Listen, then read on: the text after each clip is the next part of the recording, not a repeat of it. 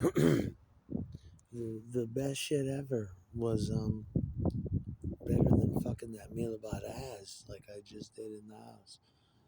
Is the jewel cassette, the quest for the perfect jewel cassette that'll fit your paper cut, um, gatefold, fold out cassette.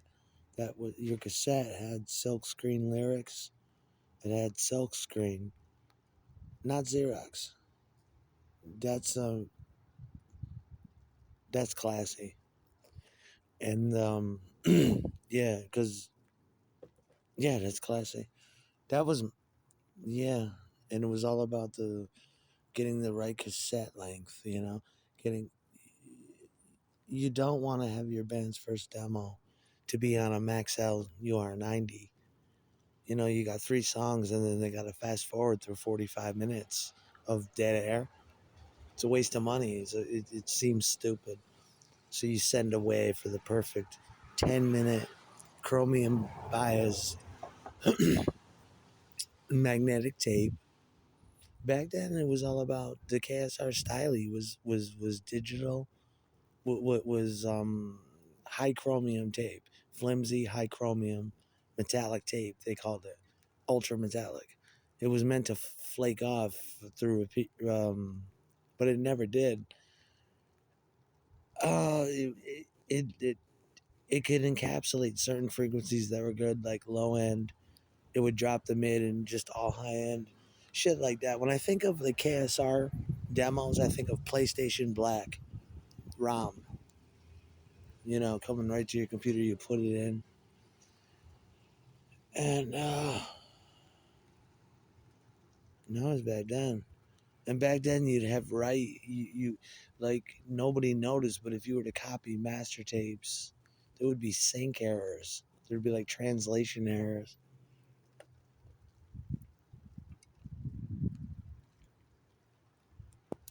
Just that floaty digital style that's like, on a computer where everything's stretched and it's like this. It doesn't sound like reality.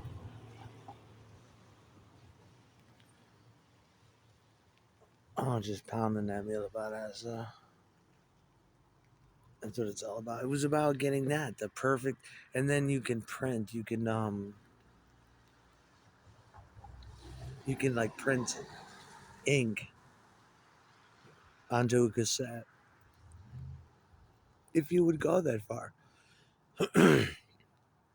I remember being so fucking poor that I would open up a UR90 and I would make 10 offs. I would like do a run of 10 where I opened up UR90 cassettes with a razor and some gaffer tape and and gave it out to radio stations. And I think that's what attracted the radio stations to me because I would give them like a cart, like an old school analog tape, magnetic chromium tape of carts like they used to do for commercial break. It's like an 8 track. They shove it in the thing, and they're like Pontiac. Yeah, I would do that. I would hand them like regular cassettes that were like gaffed together, spliced, and gaffed and taped, and they'd be like, "Wow, that's thoughtful." It says UR90, but this cassette is for 10 minutes. We put it in.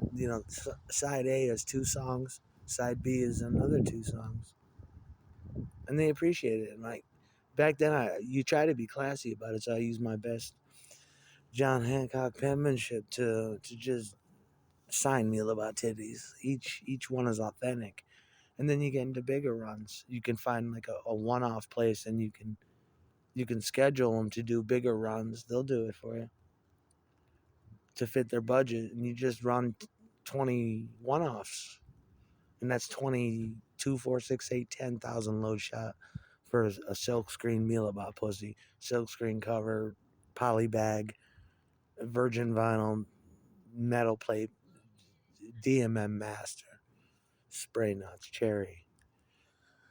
You know. Oh god. Oh fuck. Oh my fuck. Grab the hair. Serious look on the meal of my face. Oh my god. Shut up, bitch. Oh my god. Take a minute to recover and just survey the damage. Put it on your turntable and watch the shit explode. There's nothing like that. There's nothing like you know, there's nothing like tape dubbing machines from the 80s when you got big time, and then he was like, okay, we got 100 demos to make, perfectly timed. We can go, one of the one of the